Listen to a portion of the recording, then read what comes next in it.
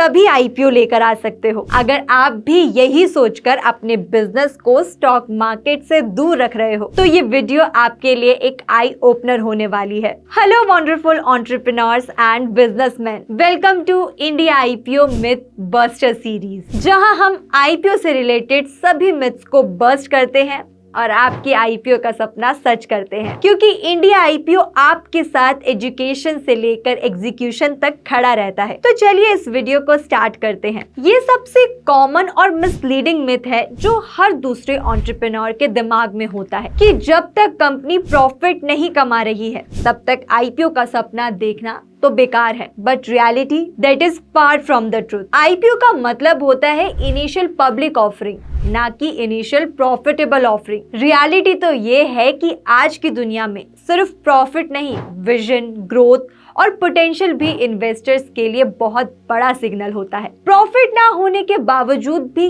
कई सारे स्टार्टअप्स ने सक्सेसफुल आईपीओस लॉन्च किए हैं, और वो भी $billion वैल्यूएशंस के साथ। तो चलिए आपको कुछ रियल एग्जांपल्स दिखाते हैं जो इस मिथ को ग्राउंड लेवल पर डिस्ट्रॉय कर देते हैं। सबसे पहला एग्जांपल लीजिए जोमैटो का। जोमैटो ने 2021 में अपना आईपीओ लॉन्च किया था। जब ये आईपीओ आया तब कंपनी लॉस में थी, ऑलमोस्ट 800 करोड़ का नुकसान, वो भी फाइनेंशियल ईयर 2021 में। लेकिन उसके बावजूद भी जोमैटो ने 9000 करोड़ रेज किए पब्लिक से। अब ऐसा कैसे पॉसिबल हुआ? क्योंकि इन्वेस्टर ने प्रॉफिट नहीं, फ्यूचर, पोटेंशियल और ग्रोथ स्टोरी देखी। अब आप पेटीएम का एग्जांपल लीजिए। पेटीएम का आईपीओ भी 2021 में आया था, और हाँ, ये भी लॉस मेकिंग कंपनी ही थी। फाइनेंशियल ईयर 2021 में 1700 करोड़ से ज्यादा का लॉस था, पर फिर भी उन्होंने 18,000 करोड़ का आईपीओ लॉन्च किया। आपको बता दें कि इंडिया के सबसे बड़े आईपीओ में से एक था पेटीएम का आईपीओ, क्योंकि इन्वेस्टर्स ने देखा कि पेटीएम का इकोसिस्टम स्ट्रॉन्ग है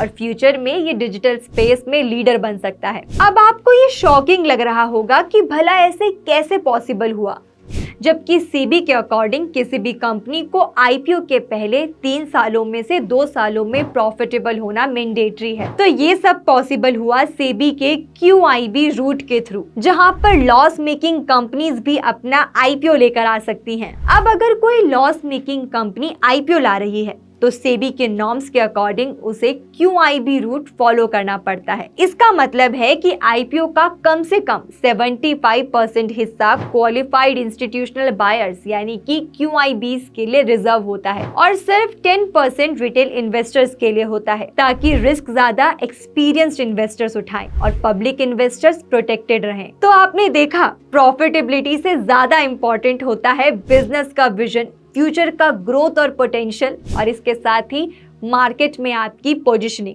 और आप इसे कितनी अच्छे से इन्वेस्टर को कन्वे कर पाते हो इस पर भी डिपेंड करता है। तो अगर आप एक एंटरप्रेन्योर हो जिसका बिजनेस लॉस में तो है, लेकिन आपको अपने आइडिया, टीम और ग्रोथ रोड मैप पर फुल कॉन्फिडेंस है, तो आईपीओ का दरवाजा आपके लिए भी खुला है। So don't wait for profit to come knocking, knock the doors of the public market with a solid story, strong vision and smart strategy। तो अगली बार जब कोई आपको बोले कि पब्लिक जाने के लिए प्रॉफिटेबल होना बहुत जरूरी है, बस उन्हें आप ये वीडियो भेज देना, और वीडियो को लाइक, शेयर और फॉलो करना मत भूलना, क्योंकि आईपीओ मिथ बस्टर का नेक्स्ट पार्ट लेकर हम फिर आएंगे नए मिथ के साथ, नए विजन के साथ।